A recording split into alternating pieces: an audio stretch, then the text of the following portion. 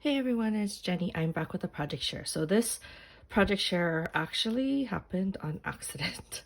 So as I was trying to get ready for the Hello Kitty giveaway and what I was gonna give, I've been collecting some Hello Kitty purchased like goodies, but I also wanted to give something that they could use. And so I thought, since I was cutting a lot of these Hello Kitty dies, then I would you know, I'm asking you guys to give me a Hello Kitty die, so I'm gonna give you a bunch. So I made this. This is actually a Dollar Tree photo album, like a mini photo album, and it's just the top loading ones that you put your photos in. And I actually bought it for a different reason because I think I watched Wandy Sweets to make these shaker pockets out of, but I ended up making a whole like it's okay, so it started out as just a way to store the die cuts so that they don't get all bust up when they in transport to the winner. And then it ended up evolving as I started to go through it. So let me just kind of show you my thought process. I think you could actually probably use this as a TN or traveler's notebook if you wanted to incorporate it that way. So there's many uses that you can do, and I just started to really have fun with it. So again, it starts off as those I think it's a 4x6 size, I'm not really totally sure, but it's meant to hold your photos.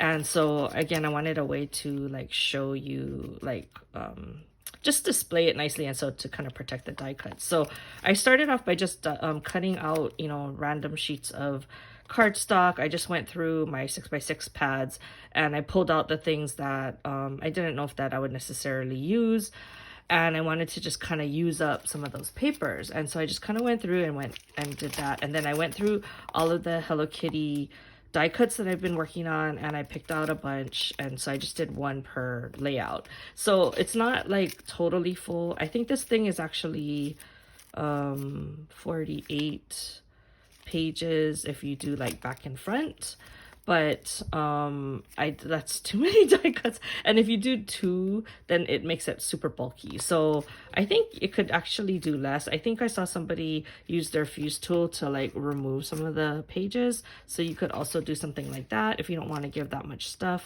But I thought it was a cute way to package it up. So anyway, so I did cut all of those, and then I selected the Hello Kitty die cuts that I wanted to include, and then I just used a repositionable glue dot on the back and just to kind of hold it in place because some of them were kind of moving around. So anyway, that was like the initial gist of it. And then I'm like, I need a way to like keep it closed because it's kind of fat and it keeps kind of opening up. And so I'm like, what if I use my elastics that I bought and I never used, and and then I try to like make a closure like how you would a traveler's notebook. And so what I ended up doing was I got my Crop-A-Dile. I finally opened it out of the package. I had a yellow one before, the big arm one, and it rusted, and so I had to replace it. So I just opened up that one because this is the first time I'm using it. And what I ended up doing, where is this middle page? Okay, so here's the middle of the book. So you can kind of see it's a little bit different from when you look at these pages, right? And it has those little where they kind of sew it in. And so what I did was I got my Crop-A-Dile, I punched 3 holes, and then I got the elastic, and then I just wove it through.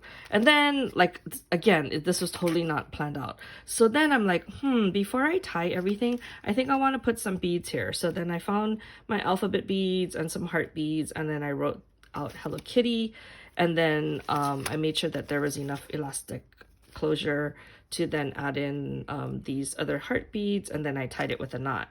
And then because I'm extra and I want like I like shakers, so I don't recommend doing this. You have to do this before you actually do all of the work that I did, but just stick some so the last page there's a cover there. You could actually put in another piece of cardstock and decorate it so that you have like a front and a back. But I thought that it was cute to just have the Hello Kitty showing there. But then I'm like, what if I make it into a shaker? So I just shoved some sequins inside the front cover, and then I just sewed it. I just sewed one line. Like if you really want it nice, you could make like the whole frame there. But I thought that that was fine. And I think it came out super cute. So now you have like a shaker in the front. I could have done the same thing in the back, but I didn't. I had such a hard time sewing it because these things were already on and I didn't want to undo it. So like I said, if you do that first before you even add in all the stuff on your pages, I'm sure it'll be really easy to do.